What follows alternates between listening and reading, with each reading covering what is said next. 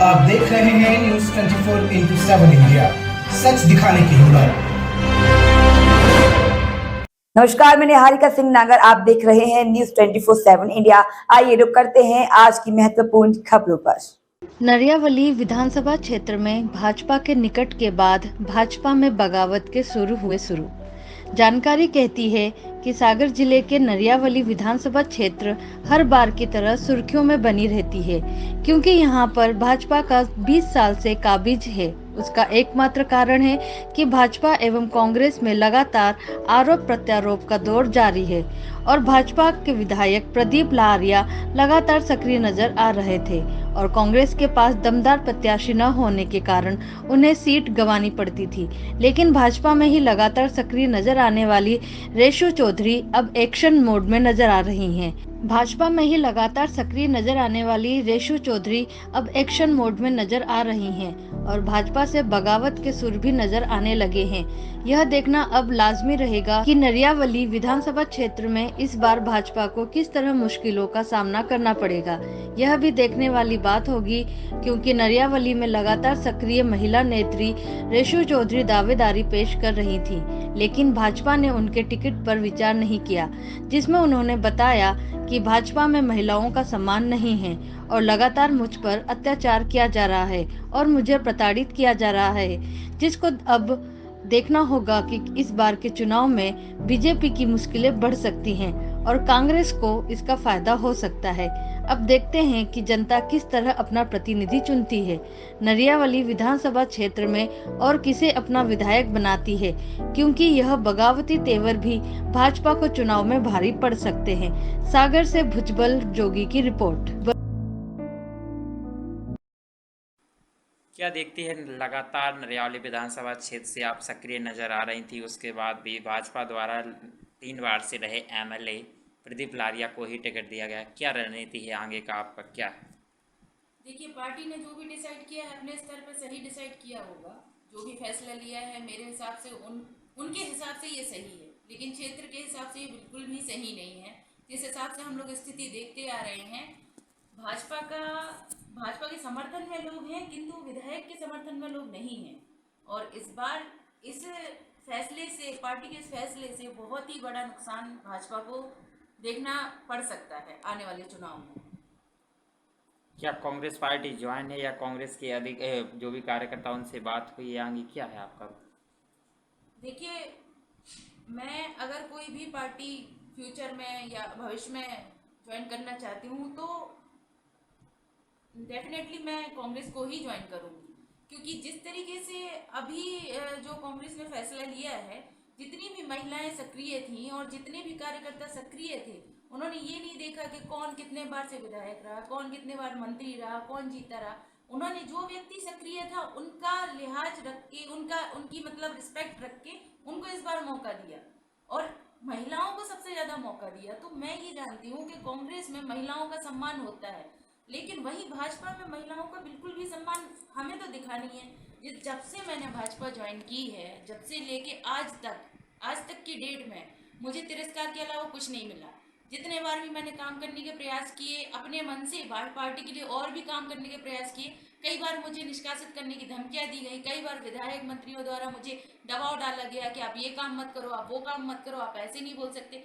तो क्या मतलब होता है कि भाजपा में सिर्फ आप किसी के खेमे में रह के, किसी के पीछे पीछे चल के ही काम कर सकते हो?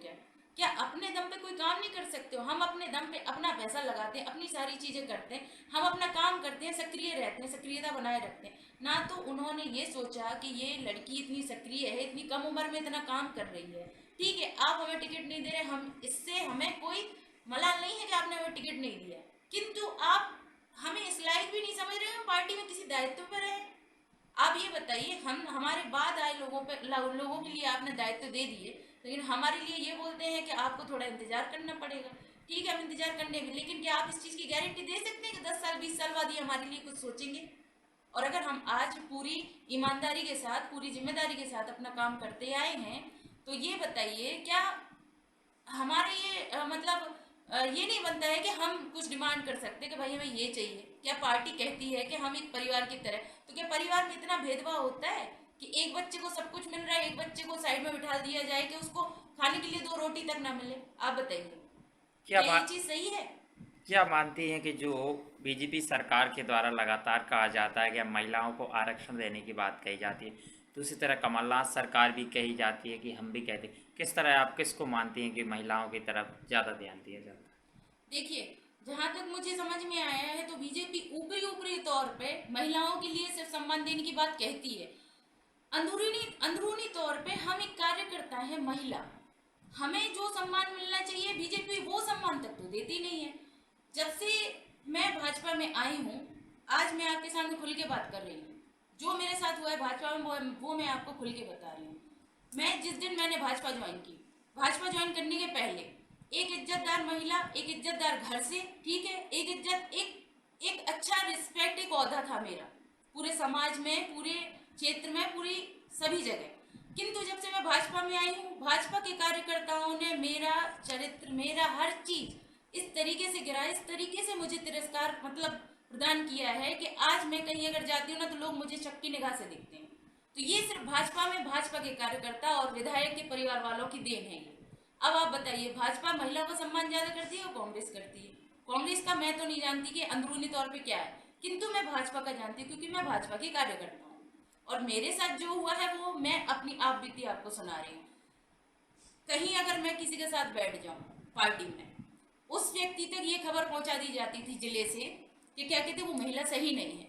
तो किस तरीके से सही नहीं हूँ मुझे तो आज आप बताओ ना। मैं आज पार्टी से पूछती हूँ मैं किस तरीके से सही नहीं हूँ?